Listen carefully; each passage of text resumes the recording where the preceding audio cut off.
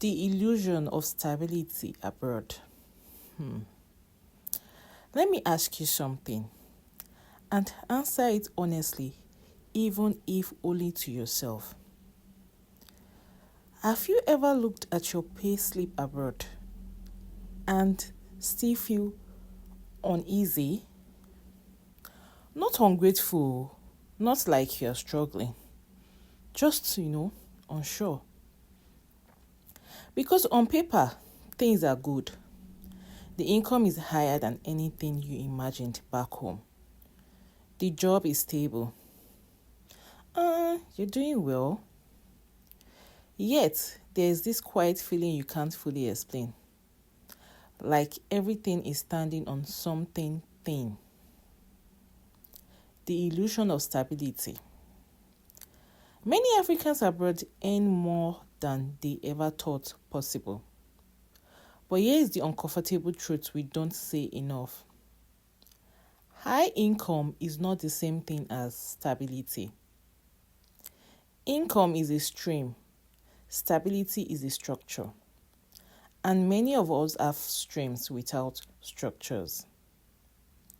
You are earning well, but one job loss changes everything.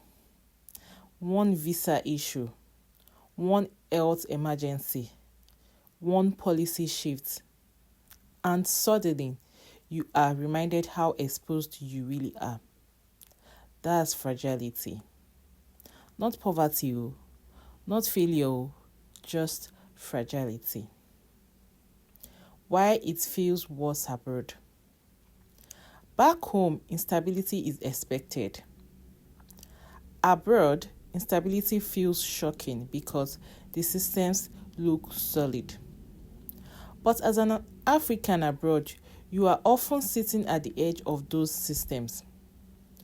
Your legal status might be tied to your job, your housing tied to your income, your health care tied to employment, your ability to stay tied to policy. So even when you earn well, you don't always feel safe. And safety, not luxury, is what the body actually wants. The lifestyle trap. Let's talk honestly. Many of us upgrade our lifestyle before we upgrade our foundations. Better apartments, better phones, better holidays. But the foundations, they stay thin. No long-term plan, no real ownership, no buffer that lets you breathe. And because you're doing better than people back home, you feel pressure not to complain. So you keep moving, keep spending, keep proving. But deep down, you know, if this income stops, everything pauses. That's not peace, that's performance. The unspoken fear. Here's the fear many Africans abroad carry quietly. What if I'm earning well now, but not actually building anything? What if 10 years pass and there is no assets? You have sent money everywhere but haven't planted anything solid. You have supported everyone but secured nothing long term. These questions don't come from greed, they come from awareness.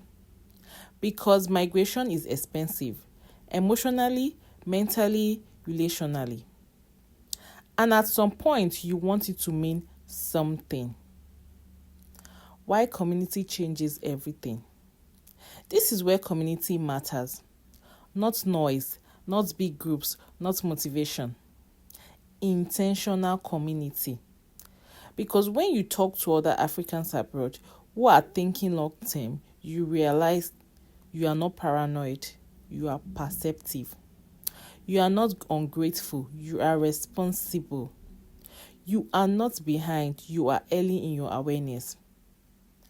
We don't need more income tips, we need better conversations. Conversations about ownership, collective safety, pooling knowledge, reducing individual risk. The communities that build lasting wealth don't do it alone. They share information quietly. They build together slowly. They think in decades, not months. A question worth sitting with. So let me leave you with this. If your income stopped tomorrow, what would remain?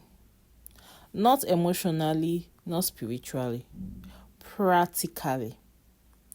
Would you still feel steady? Would you still feel protected? Would you still have options?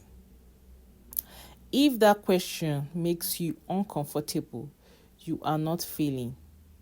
You are waking up. If you're an African living abroad and this episode resonated with you, I have created a private WhatsApp community called the Oyinoi Network. It's a thoughtful space for Africans abroad building wealth, investing in African creativity, and thinking intentionally about home. The link is in the show notes. Join if it aligns. Bye.